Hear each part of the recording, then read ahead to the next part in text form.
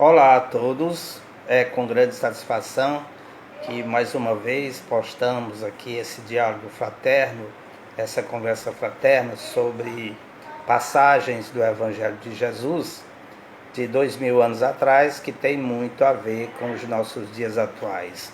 Então hoje nós vamos fazer uma reflexão juntamente com os nossos amigos, internautas, a respeito dessa passagem do Evangelho que é o festim de bodas, a parábola do festim de bodas ou festim de núpcias, né? Que Jesus se refere na época a, a uma festa, né? Que o reino dos céus é semelhante a uma festa em que o dono da festa convida as pessoas a participarem deste festim de bodas ou festim de núpcias, que é a festa do seu filho, né? E ele manda que sejam convidadas as pessoas a participarem dessa festa, que é uma semelhança com o reino dos céus, que o reino dos céus é de alegria, é de felicidades, é semelhante a essa festa que esse rei prepara, mandando matar os seus bois, os seus cevados, e manda que os seus servos saiam a convidar as pessoas a participarem desse festim de bodas. E os servos saem a convidar as pessoas, e os primeiros servos convidam as pessoas para esse festim, né, para esta festa, para essa alegria que seria o conhecimento das verdades celestiais, né, a conquista do conhecimento a respeito da espiritualidade. E esses servos, eles são agredidos, eles são até mortos, né? Aí aqueles servos que conseguiram sobreviver, eles voltam ao rei e dizem que grande parte desses servos foram massacrados, foram feridos e até mortos. Então o rei, né, o dono da festa, que havia mandado matar os seus bois, os seus cevados para dar essa grande festa, se revolta, fica iracundo e manda que outros servos saiam a convidar as pessoas e que convidassem a todos aqueles que encontrassem nas encruzilhadas, né, que seriam os bons, os maus, convidassem a todos, né? E os servos saíram e foram convidar essas pessoas. E essas pessoas saíram e atenderam o chamado, o convite. Os primeiros servos não atenderam porque disseram que estavam... Os primeiros convidados não atenderam o convite porque disseram que estavam preocupados com os seus afazeres, com as suas fazendas, e que iriam lá para esses locais e que não poderiam participar dessa festa, desse festim de bodas ou festim de núpcias, né, como aparece no Evangelho. E já os segundos, né, que foram convidados, eles atenderam, que eram os bons e os maus. Então foram para essa festa, atenderam esse chamado. E estando lá, a sala cheia de pessoas para participar desse banquete, né, desse festim de núpcias, desse festim de bodas, estavam lá quando o rei, o dono da festa, entra e vê que alguém não estava vestido adequadamente, não estava com a sua túnica nupcial. Aí o rei manda que outras pessoas peguem esta pessoa, atai-lhe as mãos e os pés e jogai nas trevas exteriores.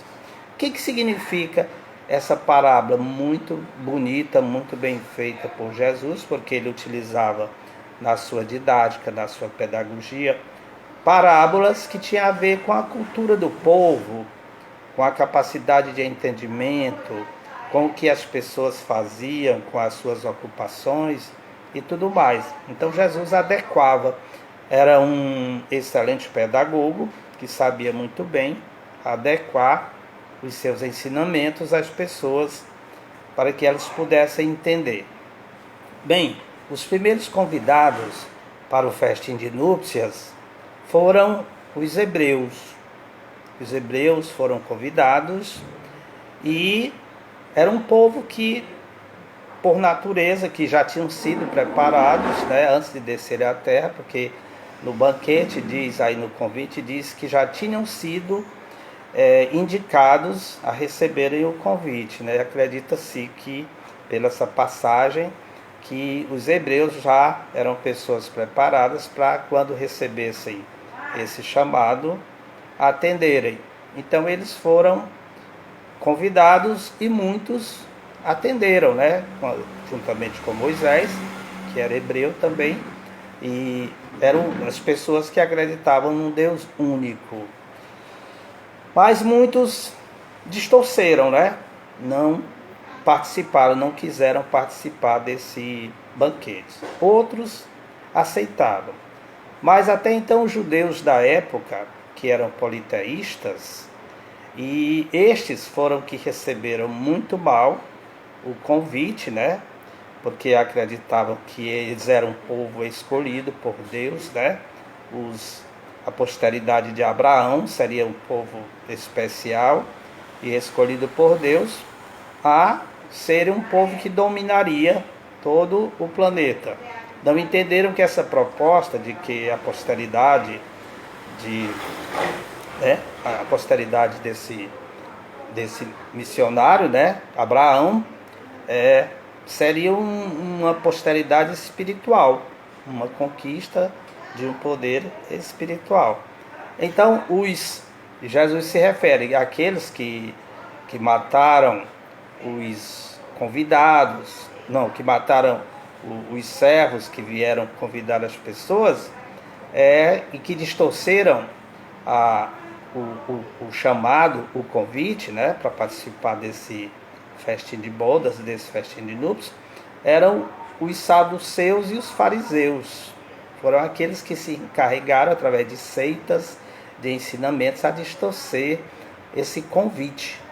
E os hebreus, muitos participaram, né?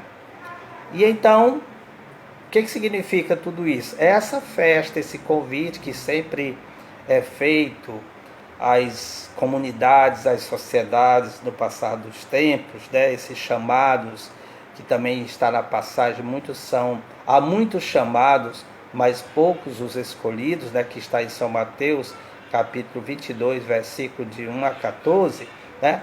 Então esses são os diversos chamados que acontecem. E a túnica nupcial é justamente a formação da individualidade, a construção do corpo espiritual, que já é conhecido desde as antigas civilizações. Os médiuns, os videntes viam esse corpo espiritual, o perispírito, o corpo espiritual que o Paulo fala, que modernamente se conhece como corpo perispírito, né? E que o Dr. Hernando Guimarães Andrade denomina de MOB, modelo organizador biológico, né? Que os russos conhecem como corpo bioplásmico e bioplasmático, né?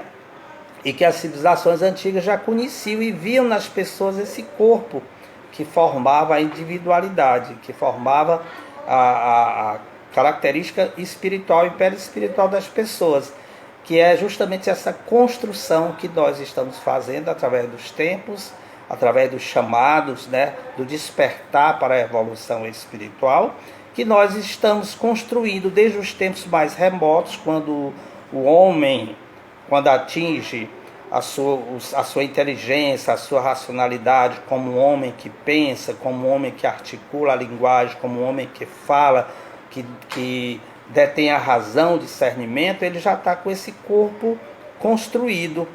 E Deus lhes dá a responsabilidade dele construir, dele melhorar a qualidade desse corpo espiritual através de conquistas, né? Ele vai deixando de ser muito grosseiro, muito rústico e tornando-se mais tênue diante dessa conquista que ele faz do conhecimento, da informação e da evolução espiritual. Então essa é a túnica espiritual. Quando o dono da festa percebe que tem alguém que não está vestido adequadamente, que não tem a pureza do coração, que não tem o conhecimento da espiritualidade, mas que é hipócrita, que está lá como intruso, sem ter a competência de estar participando daquela felicidade, daquela festa que a parábola compara o festim de bodas com o reino dos céus, que é de alegria, de felicidade, o dono da festa percebe que ele é um hipócrita, que ele não tem a evolução necessária e que ele não conquista essa felicidade. Porque ela é uma conquista gradativa através da melhoria dessa túnica nupcial, essa túnica que lhe habilita a participar do festim de bodas, do festim de núpcia, que é essa alegria que o mundo espiritual concede para aquelas pessoas mais que já evoluídas, que conquistaram essa evolução espiritual. Então ele sai de lá, né, é autorizado que ele seja retirado de lá, porque ele é um hipócrita. Porque para participar do festim de bodas, de núpcias, é necessário que você tenha a evolução espiritual. Para você ter felicidade no mundo espiritual, importa que você tenha o conhecimento espiritual, que você tenha essa conquista. Então veja a importância dessa passagem, que há 2000 anos atrás Jesus fala através dessa parábola, desse convite que vem sendo feito através dos tempos, e o maior convite feito com mais veemência foi o seu chamado. Quando ele chega ao vivo e a cores, ele faz esse convite, exemplificando, ensinando o seu próprio evangelho com as parábolas para que as pessoas pudessem entender. E hoje esse convite continua, esse chamado continua. Há muitos chamados, mas poucos os escolhidos. O Espiritismo continua fazendo esse chamado para as pessoas de acordo com a fé que faculta, e também formando e elaborando convidados, as pessoas que despertam para essa questão do conhecimento da espiritualidade, a conquista da espiritualidade, os valores morais e espirituais. Como o maior preceito é fora da caridade não há salvação. Então, se não tiver esse comportamento, essa prática da caridade, em todos os sentidos, porque a caridade envolve vários sentimentos, várias virtudes, enquanto nós não tivermos essa conquista interior, que faz com que possamos estar vestidos com a túnica nupcial, que é um perispírito rarefeito, um perispírito brilhoso, reluzente da luz das conquistas espirituais, nós não teremos condições de participar desse festim de núpcias, desse festim de bodas. Então, meus queridos amigos, internautas, era esta a interlocução, a reflexão que nós gostaríamos de fazer com todos vocês. Então, vejam, ouçam e até comentem essa nossa reflexão sobre o festim de bodas, o festim de núpcias, que são os diversos chamados que nós tivemos a partir dos hebreus, dos judeus, de todas essas civilizações, essas comunidades, essas sociedades que já tivemos no passado dos tempos. E hoje nós continuamos tendo esse chamado, esse convite para essa conquista e participar dessa festa, desse festim de núpcias, desse festim de bodas, que está em São Mateus capítulo 22, versículo de 1 a 14, que é a conquista da evolução espiritual, que é a melhoria desse corpo espiritual que Paulo fala há 2000 anos atrás, e hoje temos várias denominações, que já falamos aí. E hoje o Espiritismo chama de corpo perispiritual, o modelo organizador biológico, ou corpo bioplasmático ou bioplásmico, ou corpo espiritual. Denominações não é importante, mas sim o que ele representa, que ele é a vestimenta da túnica nupcial para a conquista da felicidade. E nesses momentos está sendo cobrado de nós essa vestimenta necessária para a evolução, para o crescimento espiritual. Muita paz a todos e que possamos refletir a respeito dessa passagem do Evangelho.